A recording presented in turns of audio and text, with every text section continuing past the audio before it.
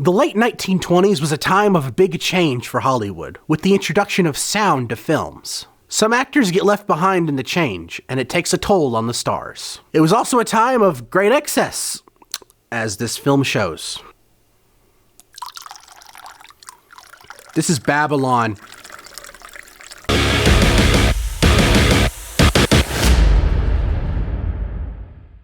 Babylon is the latest film from director Damien Chazelle, and it was a film that I was super excited for. I love movies about Hollywood and how they make movies and how they made movies in the early days of Hollywood. It's just something I love. Babylon is chaos in the worst way imaginable. There is only one word I can use to describe this film, and it is debauchery. Debauchery! Debauchery! Debauchery! Debauchery? I never thought of picking up trash under the highway as hot-blooded. This film is just debauchery incarnate. I don't think I've been more disappointed in a movie all year. This film just flat out does not know what it wants to be. I genuinely don't know where to start with this movie because there's so much wrong with it. It's hilarious. So I'm just going to start at the beginning. Because this film starts out with a 25-minute long, I am not joking here, 25-minute long prologue that is just a giant party. I say just, okay, it's not just, there was like 5 minutes beforehand where an elephant shits on a camera. If that doesn't tell you what movie you're in for, I don't know what will. That party scene you've seen in the trailer with everything, that is not the climax of the movie, that is the beginning of the movie. And this scene goes on forever, only for it to end with the title card. I was like, okay, what? And remember, you still have 2.5 hours left. You are still in for a wild ride that is not worth it. I cannot begin to explain the absolutely deprived degeneracy that this film is just about. This film is not about 1920s Hollywood. It's just about degeneracy and the celebration of degeneracy. But what's weird is that could have almost worked. Had this film been an hour and a half shorter, let me clarify that. This film is way too fucking long. And just, embraced the party aspect of the film, I would have been into it. I think it would have been a fun party. Oddly enough, what hurts this film is when it actually tries to be the movie that I wanted it to be.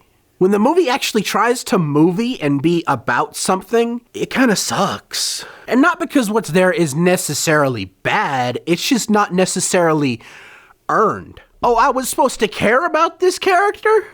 I was supposed to actually feel bad about them? The film is just so dead set on being as chaotic as possible. You never ever get really a chance to learn more about the characters. You get like a minute, maybe even a half a minute of Margot Robbie's character's backstory before they just kind of sweep it under the rug, being like, well, no one gives a shit about that fucking party, dude! I'm not able to care and be invested in your characters if you don't let me get the chance to. If you are so dead set on these characters going to some underground orgy with Tobey Maguire, do that.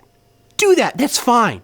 Go do that. What you don't do, though, is act like I'm supposed to give a shit. I love chaos in my movies. I love chaos in my comic book movie. I love chaos in my horror movie. And occasionally I like chaos in my A24 film. But in my period piece Hollywood movie, however, no, I'm good. I wanted this film to be a dramedy, if you will. A film about actors struggling to keep in touch with the changing times of the late 1920s, not being able to change with the introduction of sound. It's such an easily compelling thing to write. But no, we have to have snake fights. I apologize to everything negative I said about X and Pearl, because this is smut. This is film smut. And the absolute worst part about this movie, the absolute worst and most horrendous part, is there's actually good in it.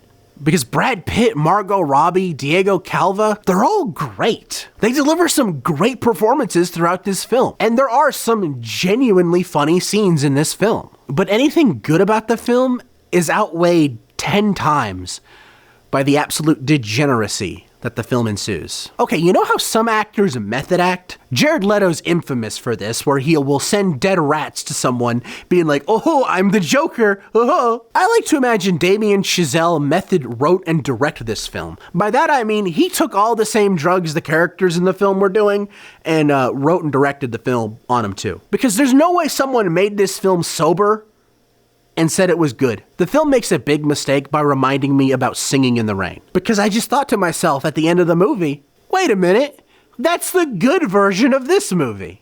So if you want to watch a movie about 1920s Hollywood, go watch Singing in the Rain. It's a lot better and a lot more wholesome too. I am just so disappointed that this film is the way it is, because it is not what I wanted.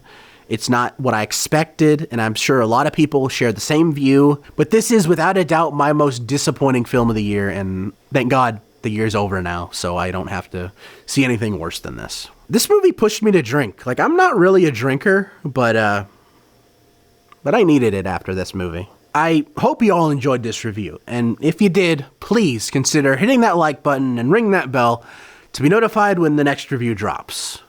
Oh, and by the way, check out the website.